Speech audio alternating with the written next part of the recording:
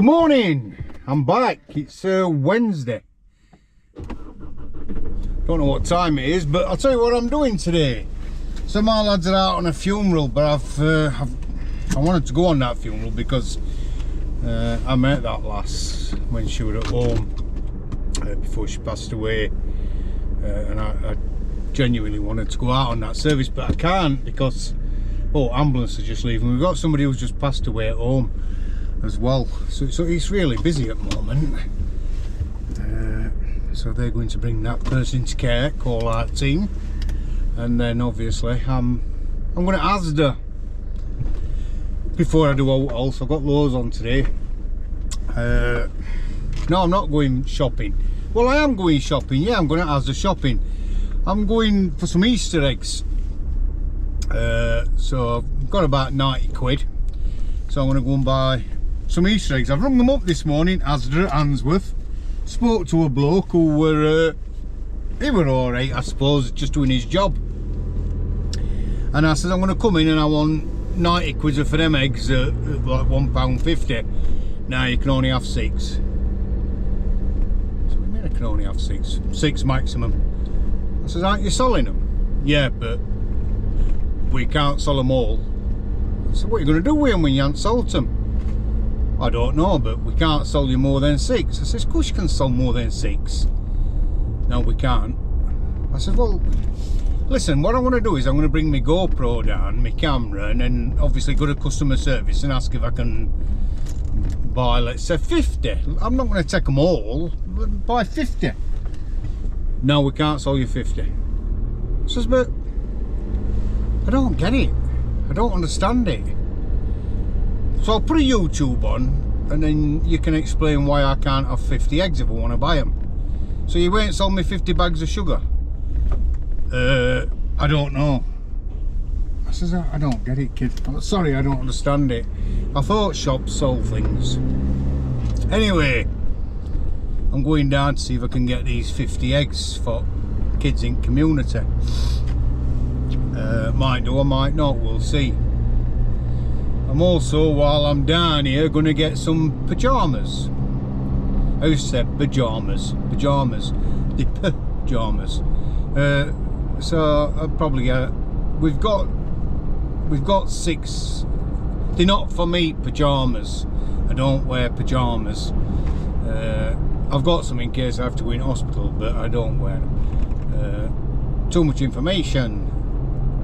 Oh, by the way, I'm Michael Fogg. I'm an independent funeral director and I'm a member at National Federation of Funeral Directors. I'm not a member of SAFE and I'm not a member of the most corrupt one, the National Association of Funeral Directors, that's run by Dignity and the Co-op Group, because they pay more subs. I'm not a member of them because I'm too outspoken, according to them. Yeah, probably too truthful, that's what it is. Anyway, back to pyjamas.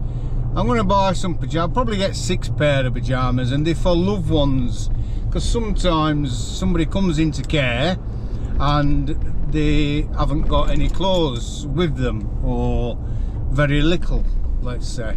So every gentleman has a pair of pyjamas put on when he comes into care. Every lady has a nightgown on. It's just I don't know, we don't charge for these pyjamas, we buy them off at Arctic Company, so it's just something that we do and we've always done. So I need to go and get some more pyjamas. I think we're down to, I don't have this 6 pair. We usually keep round about 10 to 12 in stock, so I just restock that up. I don't know what else I'll want. I'll probably see something while I'm down here. Easter eggs and pyjamas. We've got loads of pants, boxer shorts, and we've got loads of socks, because a lot of people will forget pants and socks. So little bits like that we do. We don't say to families, oh, don't worry, we'll get your socks. We'd prefer a loved one to have their own socks on, but if families have forgot to put them in, we'll put a pair of socks on somebody. And we don't charge for that pair of socks.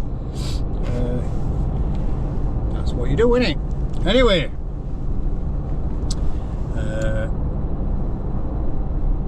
all is good. It's Wednesday. I ain't putting out on. I was supposed to be going to put some on Monday, Tuesday, but I ain't done. I tell you something.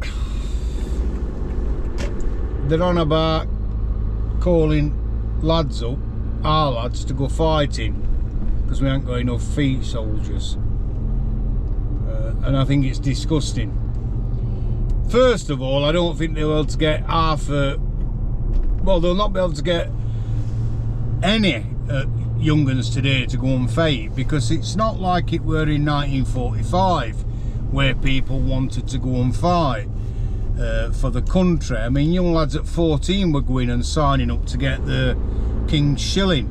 They're not like that today. You will not get our young lads to sign up, and I don't think they should sign up. You're causing all this trouble. You deal with it.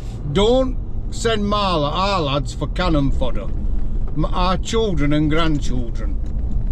So anybody what should be called up, I think you should just say to government, bollocks, I'm not going. They can't put everybody in prison. Load of rubbish. They're causing trouble, and then they say, no, we'll send your kids to go and fight for a country that's not to do with us, and for a cause that's not to do with us. That's what I think. Crazy, absolutely crazy. But I have come up with a brilliant idea, a brilliant plan, a fantastic way of doing it.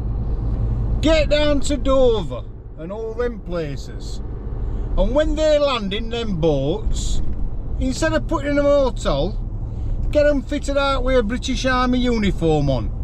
Get a gun put in their hand. In fact, most of them's got guns anyway. You don't have to save a fortune, won't it? Because all them's got guns. They're quite good with bayonets, good with using knives. Get them on a plane, get them flown back out here, and say, if you want to come to England, you've got to fight for country. That's what to do. All these asylum seekers, get them on a plane, British uniform, get out here. Get them to do 5 years service, and then we'll think about you being allowed to become a British citizen. Winner, winner. Ain't that a winner? Don't know if Jim Davison will agree with me. Thanks for the message, Jim. I hope you do. But I think we've solved two problems here. We've killed two birds with one stone. We've solved our immigration problem straight away, because let's be truthful about this. None of them's going to be on a boat. They'll be rowing back to France as quick as they can.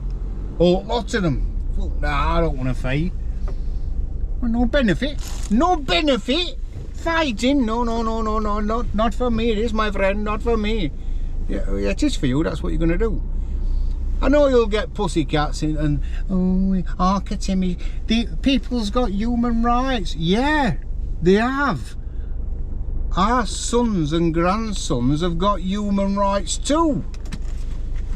And think about their human rights. So yeah, every asylum seeker coming into the country, conscript them up to national service. Perfect. All housed in a massive big centre, and we can just send them out as we need to. Good thinking, that, isn't it? That's what I think. Our lads should not have to go and fight in a war that is nothing to do with us. Nothing. I know a lot of people don't like Trump in America, but if he were back in power, there wouldn't be a war. There wouldn't be a war. There wouldn't be a nuclear war, and there wouldn't be any war, because he'd basically talk to them. And that idiot that they've got in at the moment, docile fucking imbecile, is just a puppet. I know people don't like Trump, and they say, oh, what about this, what about, well, yeah, all right, nobody's perfect, all right, nobody's perfect. If you're perfect, leave a comment. There'll be no comments on this. I should say, if you're not perfect, leave me a comment, because I'll get thousands of comments. And if you are perfect, don't bother commenting. Nobody in England should be called up to go and fight in a war that has got nothing to do with us. Nothing at all. You might think I'm crazy, but I actually like Putin. I like how he's deal with them terrorists what's been in there. I love seeing that he's chopped one of them's ear off and made them eat it. Other one, oh, massive big lump on side at face. That's how they need treating, and people's now saying, oh, they're human rights, look how they're treating them. They weren't saying that when these 4 idiots were shooting innocent people in that stadium. Think Harry Grande, I think they called her. Ali Grande. Her in Manchester, where they blew an arena up. They should have put him in a ring with all people and let him rip him to pieces instead of in luxury, without a doubt.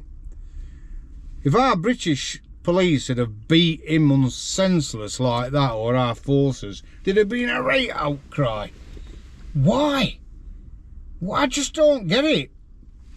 When you take a life, your human rights should be took away. You're no longer human, as far as I'm concerned. I've been asked to look after murderers and I've refused point blank.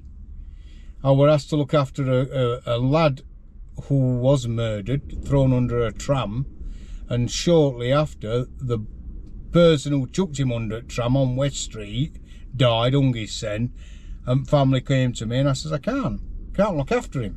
I looked after the family of who he murdered. I will not look after the murderer as well. And some people said, well, it's money though, innit? There's more to life than money. There's being able to sleep at night. Let somebody else do funeral. I've looked after the person I want to look after. I'm not going to look after the person who murdered him. His mother were ranting and raving on social media about how we're disgusting and all that. Well, I think your son were disgusting. To murder somebody, I think that's disgusting. Don't ask me to look after somebody who's murdered somebody, because I won't. I will not do it. I've looked after more people who's been murdered in Sheffield than I care to remember. Young lads who've been out on a night out and been stabbed, and a lad what was shot. I've looked after so many. I've lost count. I've lost count. I looked after 14 in 1 year. People who've been murdered. Enough's enough. Anyway, I'm going in there and I'll put this one on, and then I'll put one on again when I come out and let you know whether I got me Easter eggs or not. Alright, catch you all later. Take care, everybody.